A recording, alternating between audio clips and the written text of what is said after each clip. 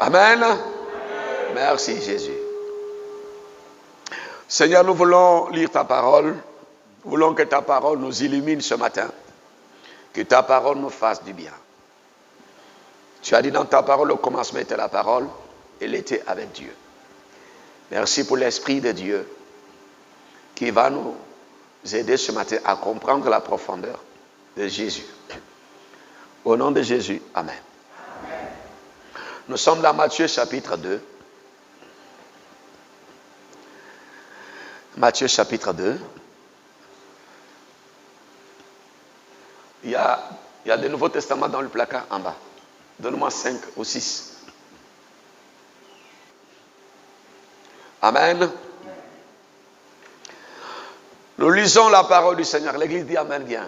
Amen. Oh, dites Amen bien. Amen. Merci. Là, je te retrouve maintenant. Jésus étant né à Bethléem en Judée. Amen. Amen. Au temps du roi Hérode. Voici des masses d'Orient arrivèrent à Jérusalem et dirent: où est le roi des Juifs qui vient de naître? Car nous avons vu son étoile en Orient. Et nous sommes venus l'adorer. Le roi Hérode, ayant appris cela, fut troublé. Et tout Jérusalem avec lui. Il assembla tous les principaux sacrificateurs et les scribes du peuple.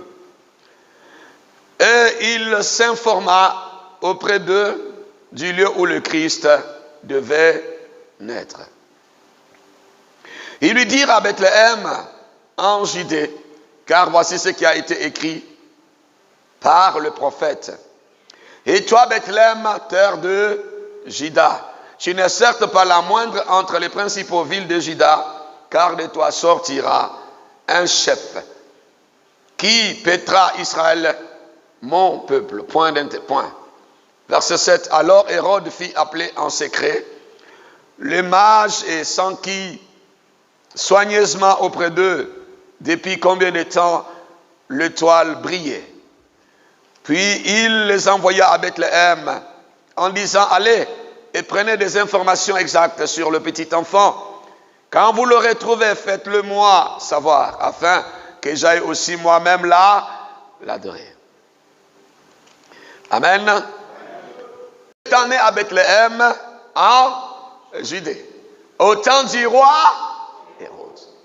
Voici des masses d'Orient arrivèrent à Jérusalem et dirent: où est le roi des Juifs qui vient de naître?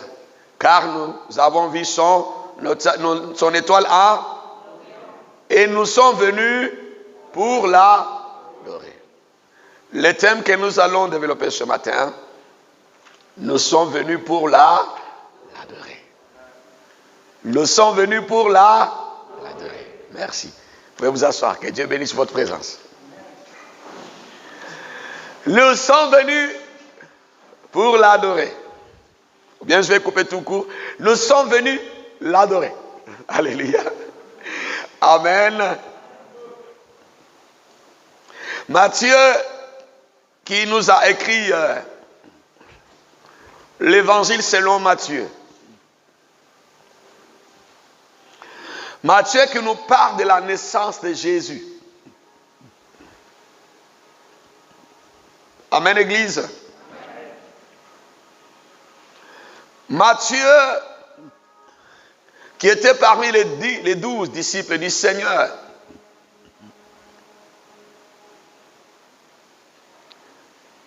Ici, il nous dit, Jésus étant né à Bethléem. Le premier point que nous allons traiter ce matin, né à Bethléem. Quoi que nous allons nous comprendre dans si peu de temps. Il est né à Bethléem. Et quand nous lisons Michée chapitre 5 verset 1er,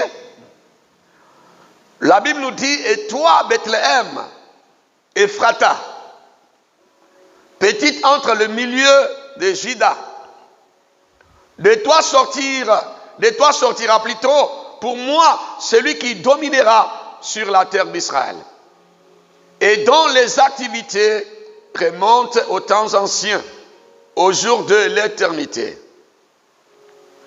Bethléem, c'est en Juda. Juda, c'est l'un des fils des 12, fils de Jacob. Vous voyez, Juda, c'est la tribu de la royauté. Parce que David, il était aussi descendant de Juda. David, il était bethlémien. Et Dieu, dans Genèse chapitre 12, il appelle Abraham. Et Dieu lui a fait une promesse, il lui a dit, toutes les familles de la terre seront bénies en toi. Voici ce que Dieu, il a dit à Abraham. Maintenant, dans ce Matthieu chapitre 2, la Bible dit que Jésus étant né à Bethléem. Mes amis, Bethléem ici, aujourd'hui, c'est comme l'église que nous sommes. L'église, vous voyez, a été bâtie par Jésus, construite par Jésus, par sa mort, par son sang et par sa résurrection. Jésus fait la promesse aux disciples, il leur dit, quand Pierre a dit que tu es le Christ, le Fils de Dieu vivant, Jésus qui dit à Pierre, moi je te dis que toi tu es Pierre. Et sur cette pierre, moi Jésus-Christ, je bâtirai mon église. Jésus l'a dit ça à Pierre parce que dans l'Orient, dans la sous-région, il y avait beaucoup d'ecclésias. Ecclésia, c'est comme l'assemblée de la Côte d'Ivoire. Il y a les ressortissants de Katiola, les ressortissants d'Abengourou, de Yamsoukro, de Korogo, de Boaké, de partout. Vous voyez, de toutes les couches des zones de la Côte d'Ivoire et qui sont représentés dans l'Assemblée nationale. L'église, c'est l'assemblée des hommes qui sont sortis de quelque part pour former un corps. Il y avait des ecclésias comme ça dans la sous-région. Et Jésus dit aussi que moi aussi je bâtirai mon église. Dans cette église, nous sommes des hommes et des femmes qui ont reçu Jésus comme Seigneur et Sauveur. Il y en a qui ont quitté soit chez les Akans, d'autres chez les Adjoukrou, d'autres ont quitté, voyez, au nord, d'autres sont de telles tribus, mais nous avons tous reçu Jésus, nous devenons une église, une assemblée de Jésus. Et Jésus dit aussi que moi je bâtirai mon église. Il faut sortir de quelque part pour former le corps qui est le Christ, qui est Jésus. Jésus est le chef de l'église. Maintenant, Dieu, il a fait la promesse dans les évangiles. Moi, je bâtirai aussi mon église. Comme dans l'Ancien Testament, le Seigneur Dieu, il a fait la promesse. Il a dit, Bethléem, terre de Juda, c'est de toi que sortira le Shiloh, le Christ. Jésus devait naître à Bethléem parce que il était écrit dans l'Ancien Testament. Dieu avait fait la promesse. Les prophètes de l'Ancien Testament ont prophétisé. Ils ont dit que le Messie devait sortir de Juda.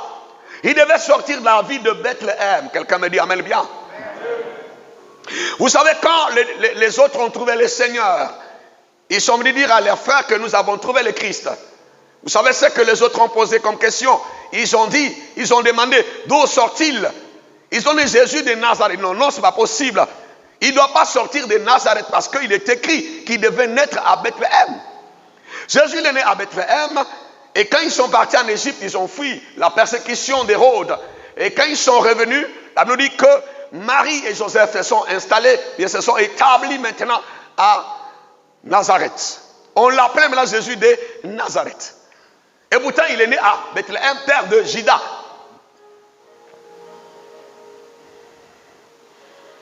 Jésus il est né aussi en nous. Nous sommes nés de nouveau. Nous avons accepté Jésus comme Seigneur et Sauveur. Nous sommes d'abord sur le point nés à Bethléem. Par la nouvelle naissance, nous sommes devenus enfants de Dieu. Nous sommes devenus la cité de Dieu. Nous sommes devenus Sion, nouvelle Jérusalem de Dieu, mes amis. Parce qu'il est écrit dans l'Ancien Testament, dans Michée 5, et toi, Bethléem, Ephrata, petite entre les milliers de Juda. Bethléem, c'était une petite ville au milieu de Juda. Un petit quartier de Juda. Maintenant, Dieu choisit Bethléem. Il dit que c'est de là-bas le Christ devait naître, mes amis. Peut-être dans ta famille, tu étais la personne la plus négligée. Tu étais la plus petite. La personne qu'on ne considérait pas. La personne qui n'avait pas de valeur.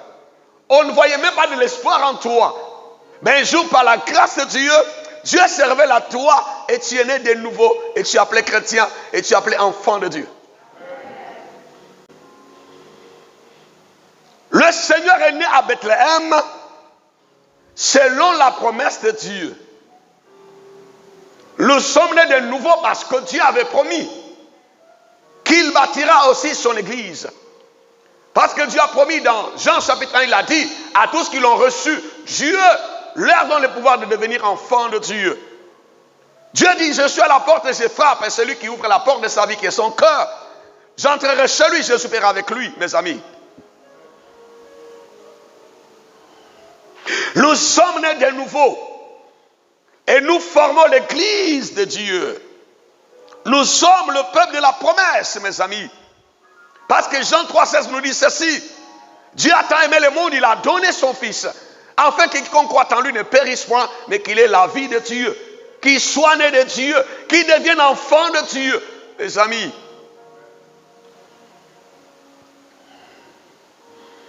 quand je crois et je reçois Jésus, je suis né de nouveau, je deviens la ville de Dieu, je deviens enfant de Dieu, je deviens Bethléem de Dieu. C'est pourquoi Jésus est né à Bethléem. Quand tu le reçois comme Seigneur et Sauveur, tu deviens le temple de Dieu. Tu deviens la maison de Dieu parce qu'il est écrit dans 1 Corinthiens chapitre 3 verset 16. Ne savez-vous pas que votre corps est le temple de Dieu parce que l'Esprit de Dieu habite en vous? Nous sommes la maison de Dieu. Nous sommes l'église de Jésus parce que nous sommes nés de nouveau et nous avons reçu Jésus comme Seigneur et Sauveur. Nous ne sommes pas enfants de Dieu parce que nous avons une grosse Bible. Nous ne sommes pas Bethléem de Dieu parce que nous prions en langue. Nous ne sommes pas enfants de Dieu parce que nous chantons à l'église ou bien nous prêchons la parole de Dieu. Ou ça nous portons le col blanc, nous sommes des bishops, des révérends pasteurs. Nous sommes enfants de Dieu parce que nous sommes nés de nouveau, mes amis. Dans Jean chapitre 3, vous allez voir qu'il y a un monsieur qui s'appelait Nicodème, qui était un docteur de la loi, qui connaissait la Bible ou la Torah, l'Ancien Testament. Il avait un doctorat en théologie. Mais cet homme, il croise le Seigneur, lui dira, il faut que tu sois né de nouveau. Il y a venir à l'église, il y a aussi naître de nouveau. Il y a chanter à l'église, il y a prêcher à l'église, il y a être pasteur, il y a être bishop, il y a être archevêque, il y a être révérend, il y a être ancien, il y a être diacre, il y a aussi être né de nouveau. Jésus est né à Bethléem. Non, il y a des gens qui pensent qu'ils vont aller au ciel parce qu'ils sont chrétiens. Non. On va aller au ciel si on est vraiment né de nouveau. Si on a connu Jésus. Ce n'est pas parce qu'on a connu l'église. Ce n'est pas parce qu'on a connu la Bible. Si on a connu Jésus, c'est là on ira au ciel, mes amis.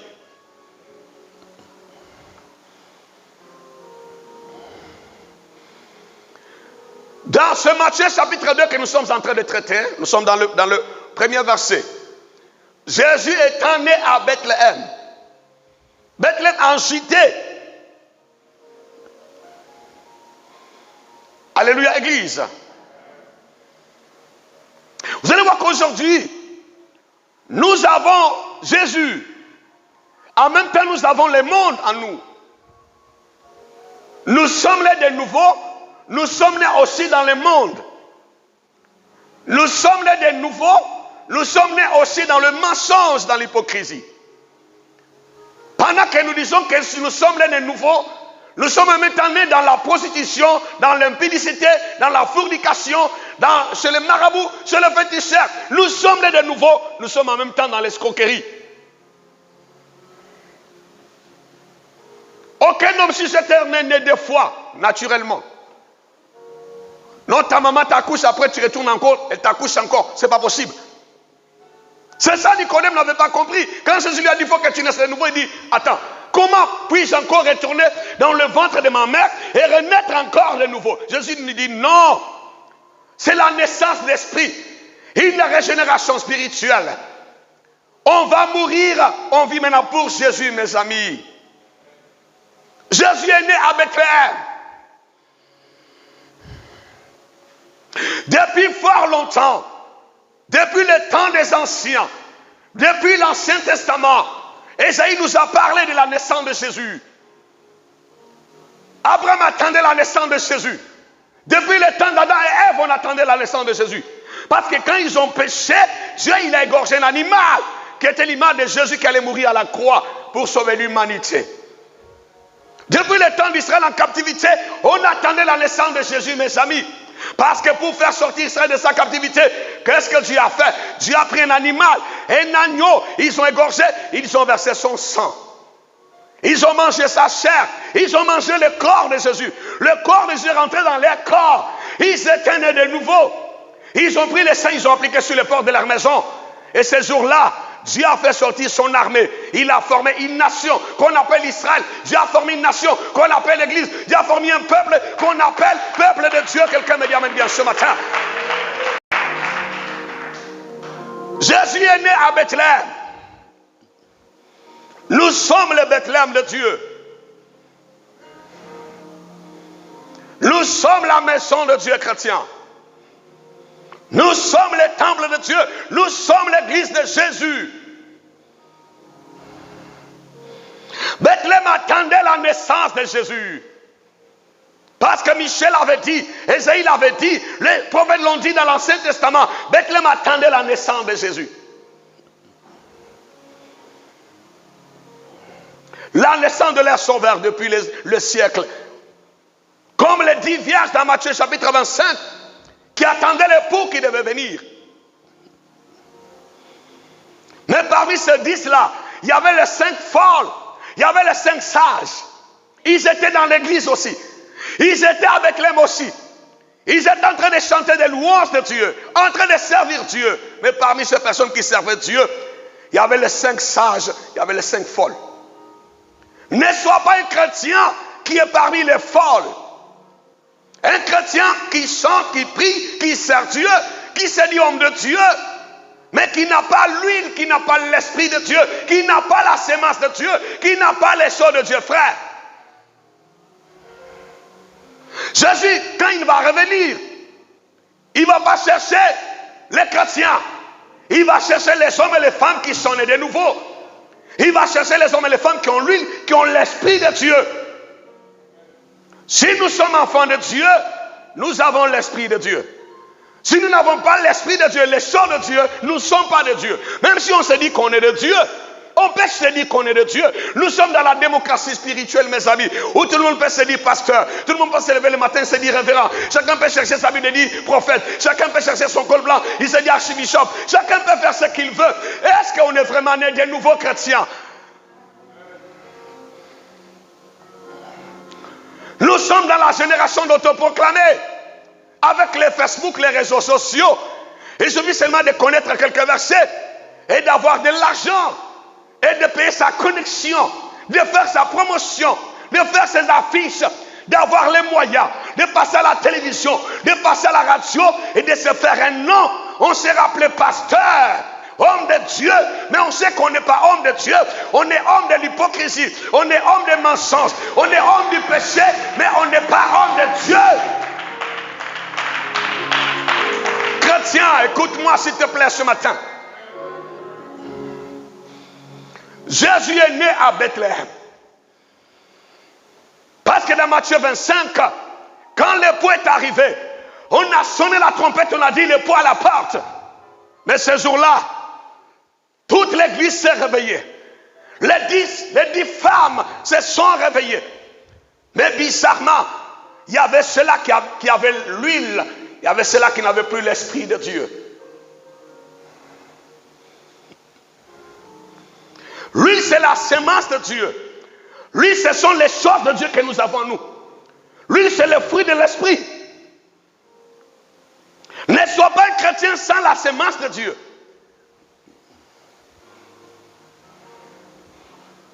Écoute-moi très bien, l'Église. Jésus ne va pas revenir pour chercher les chrétiens.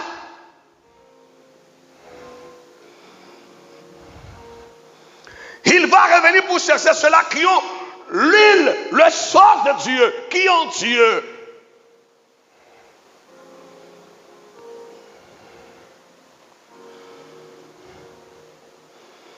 Quelqu'un me dit amen bien.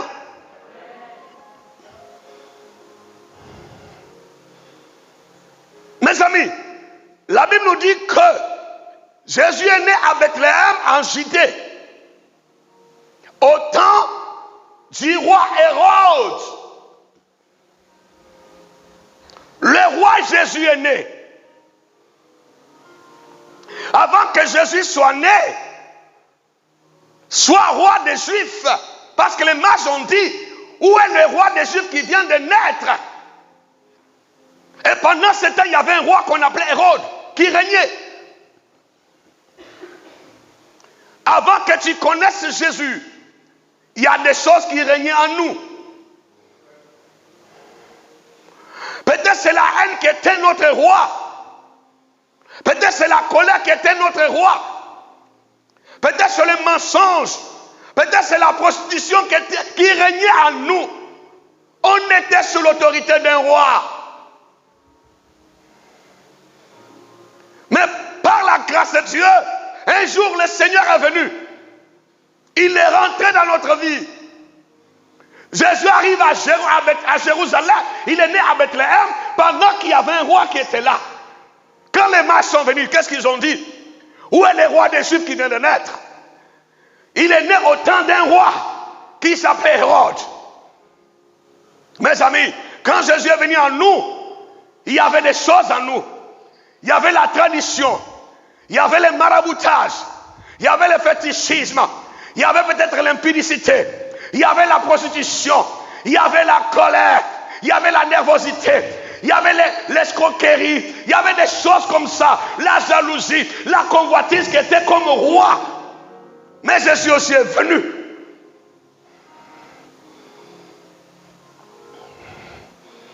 Oui, Dieu sait que Hérode est là. Étant que Dieu est omniscient, omniprésent, omnipotent, Dieu savait qu'Hérode était là. Mais Dieu est venu quand même.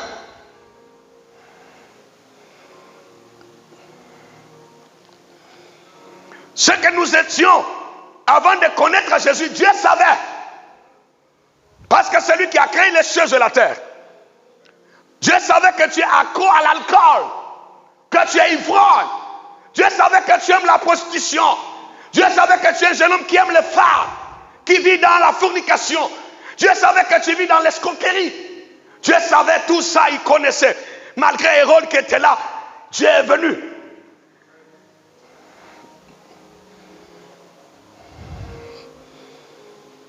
Nous sommes dans le temple, nous sommes venus pour l'adorer.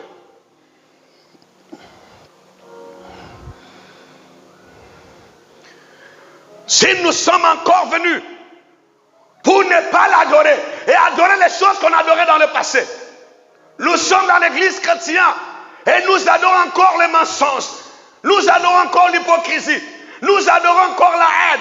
Nous sommes chrétiens, mais nous critiquons nos frères. Là, nous ne sommes pas venus l'adorer.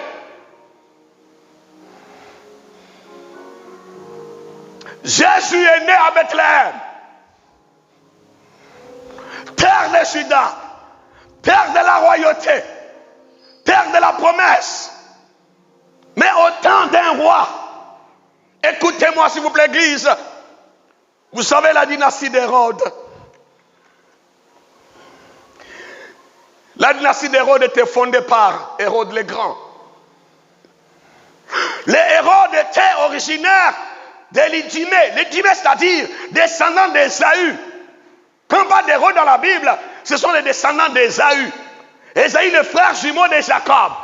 Ésaü, ennemi de Jacob. Ennemi d'Israël. Vous voyez, Hérode est né, il est descendant d'ennemi de Jacob. Jacob qui est devenu Israël. D'Israël est sorti la promesse. D'Israël est sorti Judas. D'Israël est sorti Jésus. Mais Hérode, lui, c'est l'ennemi d'Israël depuis le temps de son grand-père Jacob. Quelqu'un me dit amen bien.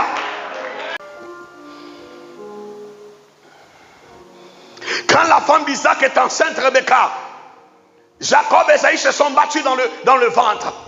Il y a eu les combats spirituels, il y a eu la guerre, il y a eu la sémence de Dieu, la sémence de Satan. Il y a eu le monde, il y a eu Dieu qui se battait. Quand ils sont sortis, Jacob a reçu la continuité, la promesse de Dieu.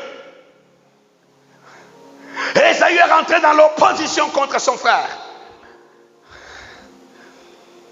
Plus tard, on voit que le descendant d'Esaü était aussi roi à Bethléem, appelé Hérode.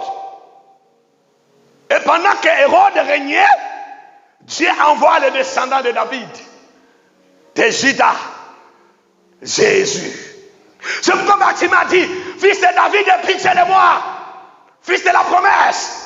Toi qui étais promis pour nous sauver, pour nous racheter. Il s'appelle Jésus, ce qui veut dire le sauveur. Christos qui veut dire loin de l'éternel, mes amis. Nous sommes venus pour l'adorer.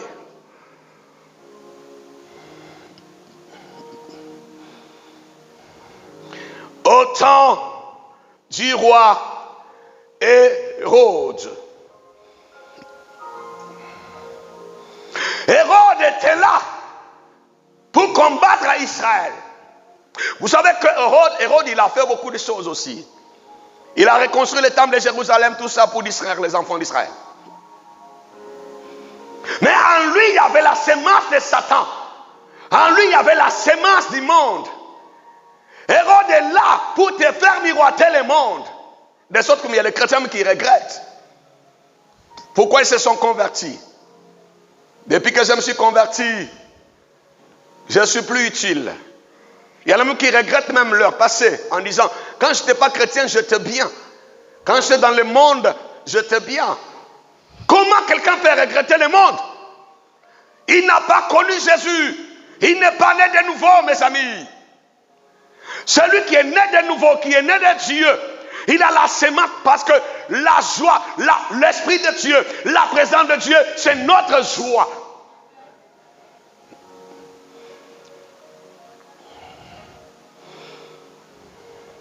Le monde est notre ennemi. Il ne faut pas aimer la vie du monde. Parce que celui qui aime le monde ne peut pas discerner le temps de Dieu. Le temps de la visitation. Celui qui n'a pas l'huile, l'Esprit de Dieu, ne peut pas savoir que l'époux est là. Il ne sera pas éclairé. Hérode veut être un roi à Bethléem. Hérode veut régner dans notre vie. Satan, le monde, veut avoir une place à nous. Nous sommes le temple de Dieu. Malgré ça, mais Satan veut avoir une place.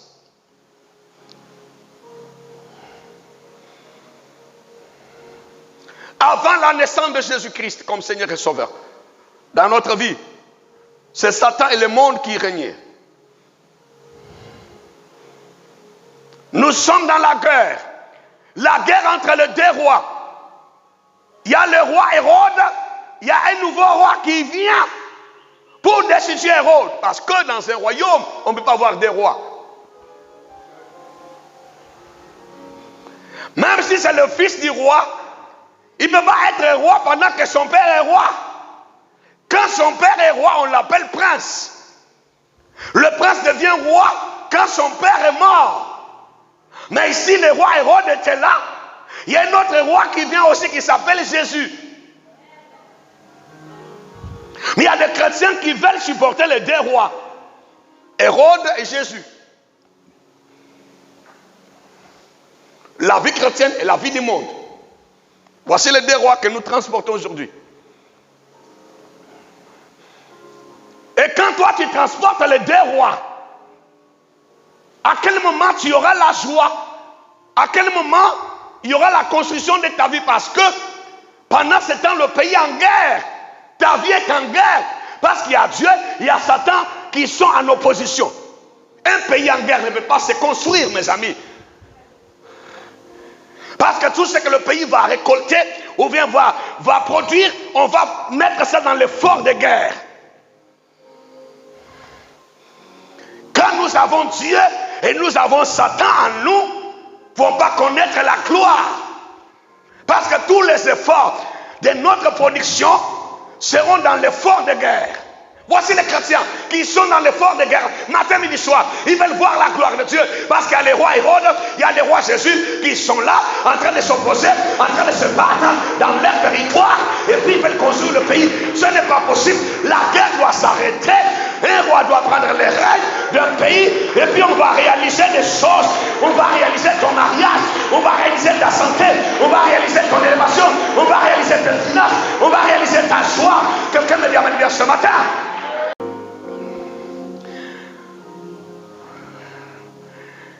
Écoute-moi très bien, ami de Jésus.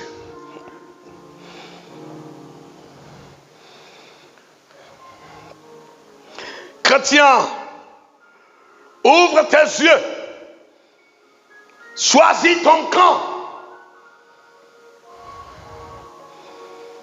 Parce que la guerre se déroule en nous, dans nos pensées. Pendant qu'une pensée va te dire insulte, une autre pensée te dit n'insulte pas, il faut pardonner. Si tu es vraiment chrétien, tu es vraiment né de nouveau, toutefois que tu vas aller voler, il y a une voix qui te dit ne vole pas.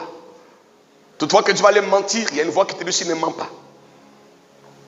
Même quand tu vas aller te prostituer, il y a une voix qui te dit c'est pas bien. Mais tu étouffes cette voix et tu vas aller quand même te prostituer.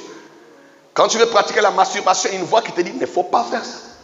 Une voix te dit fais. Tu dois choisir ton camp. Même quand tu vas aller t'enivrer, il y a une voix qui te dit ne faut pas aller là-bas. Il y a une voix qui te dit va. Voici la guerre. Maintenant, qu'est-ce qu'il faut faire? Il faut destituer les rois. Hérode.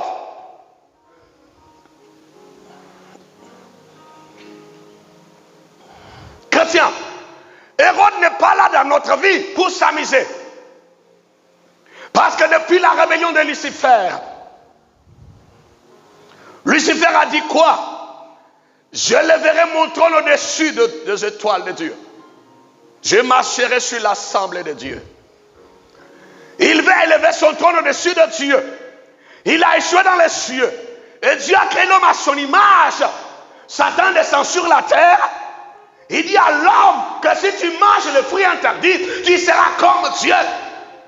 Lui voulait être comme Dieu, n'a pas pu. Mais c'est toi qui es l'image qui deviendra comme Dieu. Voici la pensée d'Hérode.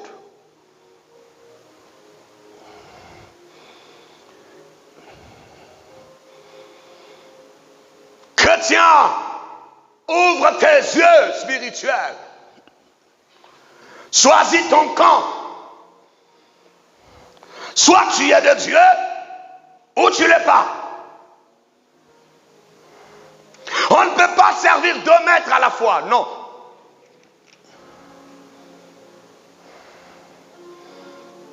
On ne peut pas servir les deux, non. Soit on va trahir un, on sera soumis à l'autre. On ne peut pas servir Dieu et Satan. Soit on va faire semblant devant Dieu, mais Dieu il connaît tout, il vient devant l'église, il vient devant nos frères, on est chrétiens. Mais dans les secrets, on ne l'est pas. C'est comme Judas. Il a fait semblant pendant 3 ans. Comme s'il était un apôtre. Tout le monde pensait qu'il était un homme de Dieu. Mais Jésus, Dieu savait que Judas n'était pas né de nouveau. Jésus lui-même, il a dit que c'est moi je vous ai choisi. Mais parmi vous, il y a un démon. L'homme peut tromper tout le monde. Mais je vous ai toujours dit ça. L'homme ne peut pas tromper Dieu. L'homme ne peut pas tromper Satan. Et l'homme ne peut pas se tromper lui-même. Dieu te connaît. Satan te connaît. Et toi-même tu te connais. C'est pourquoi, mes amis, quand Dieu a dit à Satan, as-tu vu mon serviteur Job? Satan dit quoi? Oui, je le vois tous les jours. C'est parce que tu le protèges, tu l'aimes. Tu le gardes, c'est pourquoi Job, il t'aime. Satan, il rôdait, il tournait autour de sa vie. La Bible nous dit que c'est notre accusateur. Mais s'il n'est pas au courant, comment il va nous accuser? Pour accuser quelqu'un, il faut être au courant de ce qu'il a fait. Il nous connaît. Quand il tombe dans le péché, il court vers Dieu. Il y en a qui pensent que Satan ne voit pas Dieu. Satan voit Dieu. Satan croise Dieu. Là, nous dit notre accusateur. Il nous accuse où? Auprès de qui? De Dieu.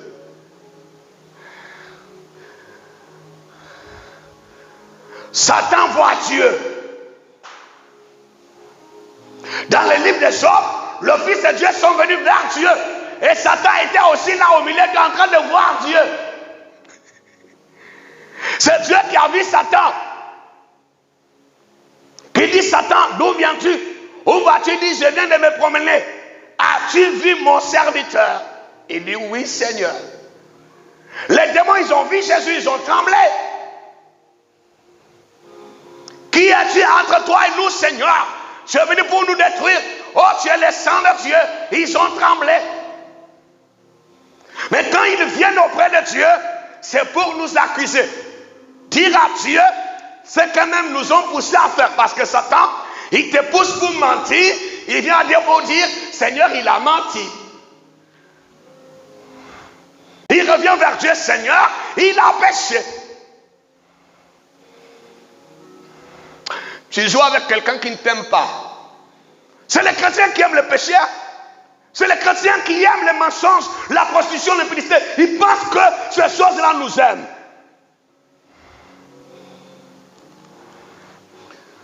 La haine ne t'a jamais aimé. La colère ne t'a jamais aimé. La fornication ne t'aime pas. Parce qu'elle est venue pour t'amener en enfer. La prostitution est venue pour t'amener en enfer. La colère est venue pour te détruire. L'adultère vient pour te faire du mal. Mais tu penses qu'il t'aime. S'il y a quelqu'un qui t'aime, c'est Jésus. C'est Dieu, parce que Satan, s'il nous aimait, pourquoi il n'est pas mort à la croix pour nous? Lui, il a une mission. Il est venu nous chercher pour nous amener en enfer. Mais Jésus est venu pour nous amener au paradis. Chrétien, Dieu m'a dit de te prêcher la parole. Je sais que c'est trop dur, mais c'est la parole de Dieu. Je ne sais pas pourquoi je vais flatter quelqu'un. Je ne sais pas. Je ne peux pas te flatter, chrétien, parce que j'ai des comptes à rendre à Dieu. Parce que moi-même, je ne dors pas. Quand je ne te prêche pas bien, moi j'ai des problèmes avec le maître.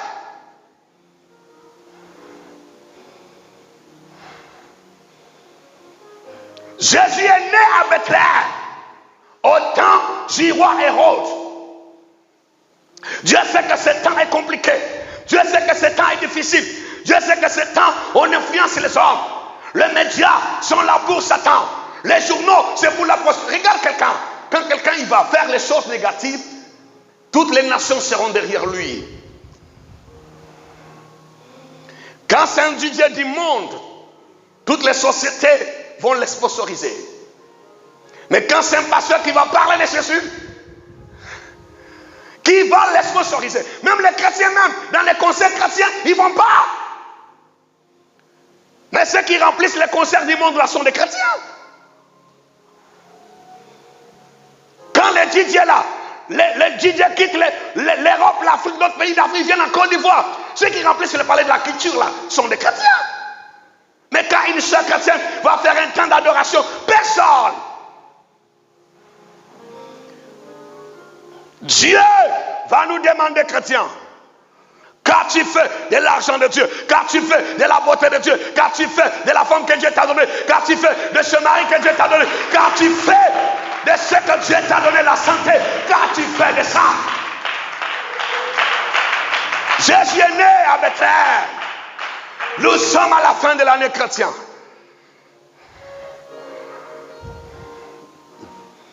Un jour, je me suis mis à pleurer ici. Je suis venu seul à l'église. Je pleurais, m'a dit: Seigneur, depuis que je prêche ce message, la salle est vide, oh Dieu. C'est ce jour-là, Dieu m'a dit que le professeur, quand il enseigne, il y a des élèves qui arrivent, c'est un professeur de mathématiques. Il y a des enfants qui disent, moi je n'aime pas l'anglais. Quand le professeur d'anglais lui vient, lui sort de la classe. Il va s'asseoir en bas des arbres de l'école avec ses amis. Et quand le professeur d'anglais finit, lui vient, il rentre. Le professeur d'anglais à l'école n'est pas payé en fonction des enfants qui assistent dans son cours. Il est payé en fonction de ses cours qu'il dispense. S'il est payé par heure, il a fait ses 2 heures, il est parti. À la fin du mois, il aura son salaire. Mais c'est toi l'enfant qui a pris le cours d'anglais, tu n'auras pas ta moyenne. Il y a des chrétiens qui ne supportent pas la vraie évangile. Mais ces chrétiens-là, ils n'iront pas au ciel parce qu'ils aiment le message où on leur dit, sois béni, sois élevé, reçois ton mariage, reçois ton travail. Frère, Dieu, la Bible dit que sans la sanctification, personne ne verra le Seigneur. Et tu pèches et puis tes choses marchent. Commence à pleurer. Ça veut dire que Dieu ne te connaît plus. Tu pèches, tout ce que tu touches, ça marche. C'est pas possible. Peut-être Satan, il ne veut pas t'attaquer pour t'encourager dans le péché. Vous savez que Satan, des fois, il n'attaque pas les gens. Maintenant, il te met dans un système où plus tu pèches, plus ton commerce bouge. Maintenant, toi tu dis, ah, mais j'ai péché mais hier là. Mais aujourd'hui j'ai touché l'argent. Maintenant, il t'encourage, il endurcit ton cœur. Maintenant, tu ne peux plus te repentir. Et puis tu restes comme ça. Et tu finiras en enfer. Et là, quand on vient, on prêche comme ça. Et toi, tu es fâché. Quand un message te fait fâcher, ça te fait du bien. Quand l'homme de Dieu prêche, ça t'énerve. Ce n'est pas toi, c'est le démon qui est en toi, qui s'énerve, qui est fâché. Pourquoi on me touche? Surtout quand tu viens de mentir hier, aujourd'hui on dirait que c'est le mensonge. Tu viens de te prostituer et on dit non, les prostituées n'iront pas au ciel. Tu dis je ne reviendrai plus ici. C'est là il faut revenir. Parce que ça fait mal, ça veut dire que le démon a été touché. Quelqu'un me dit amen bien. Jésus est né au temps du roi Hérode. Ce temps est compliqué, ce temps est difficile. Ce temps n'est pas facile. Parce que quand tu vas chercher un marché, celui qui va t'aider à rentrer dans la société pour vendre tes choses, si tu es une femme, il veut sortir avec toi. Tu vas déposer ton dossier pour être embauché, le patron veut d'abord coucher avec toi.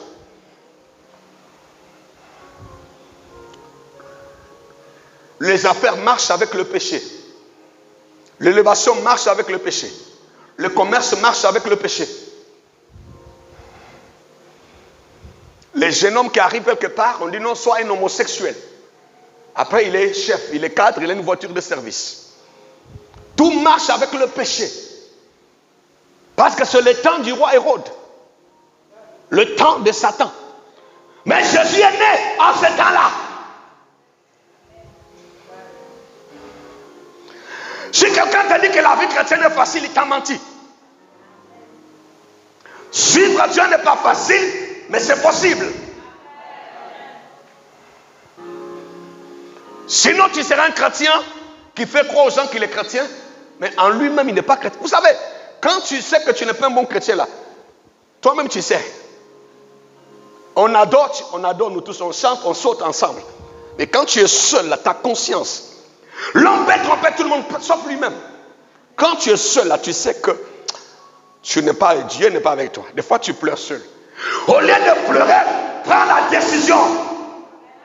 Dis non à Hérode. Dis non à Satan. Dis non au péché. Dis non à la vie du monde. Dis non, non, non, non, non. Choisis ton camp.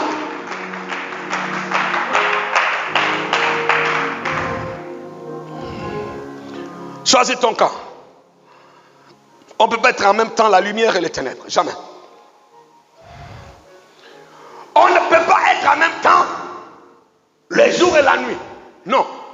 Vous savez quand, à partir de 4 heures du matin, quand le soleil commence à se lever, qu'est-ce que la nuit fait? La nuit s'en va. On dépasse 18 heures. Après 18 heures, la nuit commence à venir. Le soleil recule. les jours reculent, laisse la place à la nuit. On ne peut pas être en même temps dans cette nation, à la même minute, il y a la nuit, il y a les jours. Ce n'est pas possible. Soit c'est la jour, les jours plutôt, soit c'est la nuit. Soit c'est la lumière, soit ce sont des ténèbres qui sont avec toi. Quelqu'un me dit amen très bien. Chrétien, tu dois faire ton choix. Quand la nuit vient, les jours disparaissent. Quand les jours viennent, la nuit aussi disparaît. Quand tu prends la décision de suivre Dieu, Ahmed dans Satan te laisse. Quand tu prends la décision de suivre Satan, Dieu aussi il est là, il te regarde. Il te laisse. Quelqu'un m'a demandé un jour, il y a plus de 15 ans, un frère venu dans le bureau pour me demander, pasteur, mais pourquoi Dieu, il a fait ça? Je dis, qu'est-ce qu'il a fait? Mais quand le Satan venait là, pour séduire Adam et Ève, Dieu voyait ou bien ne voyait pas? Il dit, Dieu voyait. Tu passes là, tu es sûr que Dieu voyait? Je dis, oui, il voyait. Quand Madame Adam, il a pris le fruit, jusqu'à aller dans son jardin pour s'asseoir, déposer dans son assiette, prendre le couteau, pour commencer à tailler son fruit. Dieu voyait ou pas? J'ai dit, Dieu voyait. Quand il a pris sa main là, pour mettre son fruit là dans sa bouche, pourquoi Dieu n'a pas tapé sa main? Elle dit non, Dieu ne va jamais dire ça. Dieu te dit, il a dit, il ne faut pas manger. Même quand tu es en train de faire le péché là, en train de te promener pour aller, en train de marcher pour aller vers le péché là, il y a une voix qui te dit, c'est pas bon. Mais malgré ça, tu vas quand même. C'est dit, il ne faut pas condamner la dame Adam. Parce que Dieu nous a donné la liberté. Dieu ne nous a pas créés comme des souris qui ont une disposition innée, qu'on appelle l'instinct. Mais Dieu nous a créés étant que des hommes libres. Frère, tu es jeune, tu es là, tu es libre. L'enfer et le paradis dépendent de toi.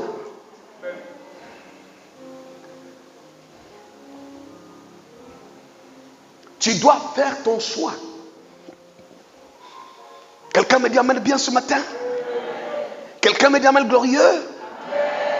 Quelqu'un me dit amen bien? Il me dit amen fort. Mes amis, c'est pourquoi dans la présence de Dieu, après l'enlèvement, il n'y aura plus de nuit, il n'y aura plus de ténèbres, il n'y aura plus de noir. La gloire, la présence de Dieu va nous éclairer. Vous savez qu'au ciel, il n'y a pas de nuit, il n'y a que les jours. Je vais vous expliquer pourquoi. Genèse chapitre 1er. Genèse chapitre 1. La Bible nous dit ceci dans Genèse. Au commencement, Dieu créa les cieux et la terre. La terre était informe et vide. Et la Bible nous dit que l'Esprit de Dieu s'est mouvait au-dessus des eaux. Quelqu'un me dit amen bien? Dites amen bien. La terre était informe et vide. Il y avait quoi? Des ténèbres à la surface de l'abîme. Et l'Esprit de Dieu s'est mouvait au-dessus des eaux. Écoutez le verset 3. Dieu dit que la lumière soit. Mes amis, Dieu il a vu les ténèbres et Dieu dit que la lumière vienne. Avant que la lumière vienne là, les ténèbres étaient là. Avant que le roi Jésus naisse là, le roi Hérode était là, le roi de Satan, Satan là était là. Avant que tu sois chrétien, la vie du monde est en nous. Le péché est en nous. La Bible dit que les ténèbres couvraient. Et Dieu dit que la lumière soit. Dieu a vu Hérode, Dieu a vu le péché, il a vu la vie du monde. Dieu permet que tu sois né de nouveau, que Jésus rentre en nous. Écoutez le verset 4. Amen. Le verset 3, Dieu dit que la lumière soit, et la lumière fut. Dieu a appelé la lumière. Au milieu des ténèbres, Dieu appelle la lumière. Au commencement. La suite de ce verset 4 nous dit ceci. Le verset 4 nous dit quoi? Dieu a fait quoi? Que Dieu vit que la lumière était comment? Bonne. Mes amis, quand vous lisez vos Bibles, n'oubliez jamais de lire le premier verset de la Bible. Quand tu rencontres quelqu'un pour la première fois, n'oublie jamais ses premières paroles. Ce sont des paroles véridiques. Quand tu dis, ma soeur, je suis béni. Pourquoi toujours toi? N'oublie jamais ça. Après, dis, ah, gloire à Dieu. N'oublie jamais la première réaction de quelqu'un. Elle est tellement naturelle. Il ne faut jamais oublier le premier verset de la Bible, frère. Dieu a vu que la lumière était bonne. Et pourtant, il y avait les ténèbres qui étaient l'avant, qui couvraient la surface, qui couvraient tout. Mais Dieu a vu que la lumière était bonne. Pourquoi Dieu n'a pas choisi le noir? Le péché. Mais toi, tu es enfant de Dieu. C'est toi, tu laisses la lumière qui est Jésus. Et tu choisis ce que les amis disent. Ce que tes camarades font. Tu es dans une école, tu fais comme tout le monde. Tu fais comme les filles du quartier. Pourquoi? Mais toi, tu as un choix à faire. Tu ne dois pas choisir les ténèbres. Pourquoi tu veux te comporter comme tout le monde? Pourquoi tu veux être d'accord avec tout le monde? Pourquoi tu ne veux pas être une voix de contradiction? Pourquoi tu es solidaire même dans le péché? Parce que tu aimes quelqu'un, tu soutiens même le péché qu'il fait. Ne sois pas solidaire dans le mal, chrétien. Pourquoi tu es solidaire? Quelqu'un qui se rebelle contre l'église, toi tu es solidaire avec lui. Tu penses que tu es plus gentil que Dieu? Ne faut jamais refuser d'être une voix de contradiction dans un village, dans une famille, au milieu de tes amis. Ne faut jamais refuser d'être la voix de la contradiction. Parce que Dieu, il a vu que les ténèbres étaient majoritaires. 100% ténèbres. Mais Dieu a dit que la lumière aussi soit. Et la lumière fut. Et Dieu a choisi. La lumière était bonne. Dieu a vu que la lumière était bonne. Il a fait son choix. Non, nous sommes majoritaires dans notre village, dans notre famille. Je suis parti là-bas, papa pasteur, tous mes amis, tout le monde buvait du vin, tout le monde faisait ça, tout le monde dansait la musique du monde. Si moi je ne dansais pas, on a dit que je suis contre l'air fait. Je ne danse pas, parce que moi je ne danse pas cette musique-là. Moi je ne fais pas ça, parce que moi je suis de Jésus. Je ne ferai pas ça. Si vous voulez me chasser, chassez-moi. Si vous voulez me renier, reniez-moi. Si vous ne voulez pas me voir, je ne viendrai plus chez vous. Si vous ne voulez pas m'aider, ne m'aidez plus, parce que moi, je ne peux pas faire ça. Je suis de la lumière, je suis de Jésus. Je fais mon choix. Acclame le Saint-Esprit.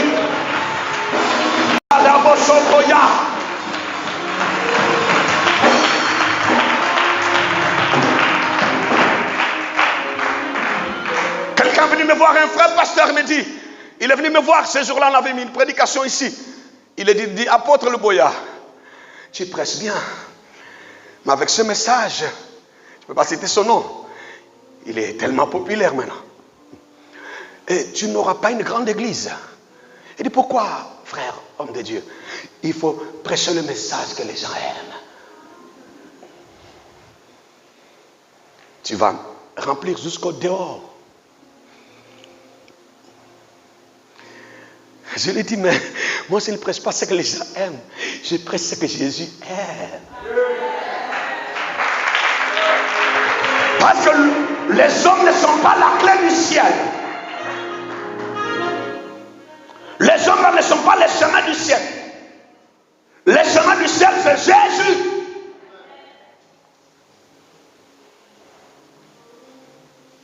Je vais te prêcher ce que Jésus veut.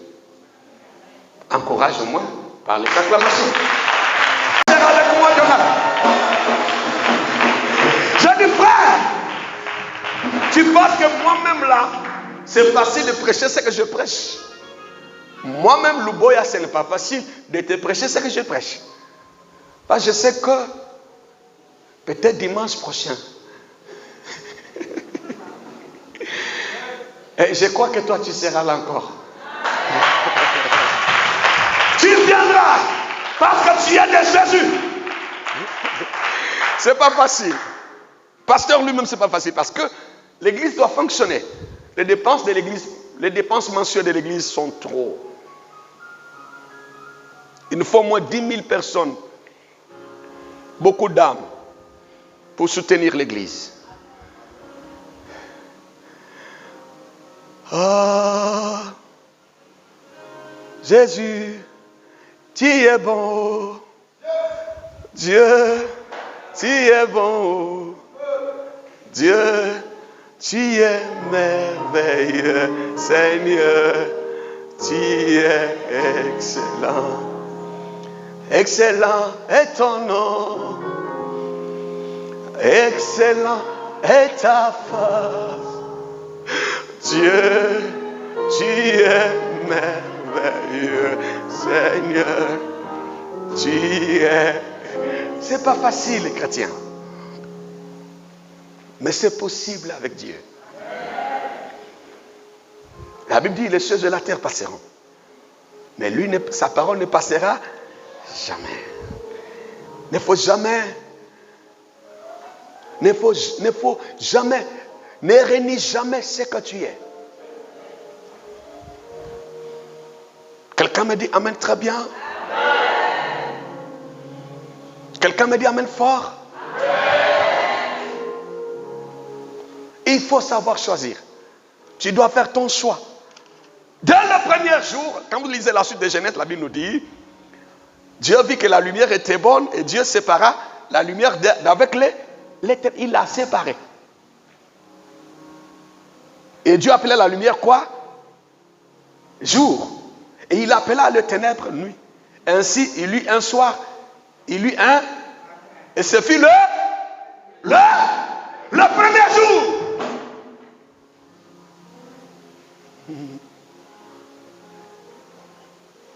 Nous sommes dans le livre de Matthieu chapitre 2. Nous avons le verset 1er au verset. Merci chrétien. Verset 1er au verset. Non, nous allons nous arrêter au verset 11. Mais ce matin, nous avons traité que le premier verset. Nous sommes dans le thème. Nous sommes venus pour l'adorer. Le premier point qu'on a traité, né à Bethléem. Deuxième point, au temps du roi Hérode. Est-ce que c'est compris? Tu es né de nouveau au temps où ceux qui font du mal sont acclamés. Quelqu'un qui va partager une vidéo pornographique, il y aura plus de likes, il y aura plus de j'aime. Même si on envoie une vidéo où les deux personnes sont nues, tu vas chercher à découvrir. Mais quand on dit l'apôtre Boya dit, tu vas passer ça à côté. Pourquoi Satan nous facilite la tâche?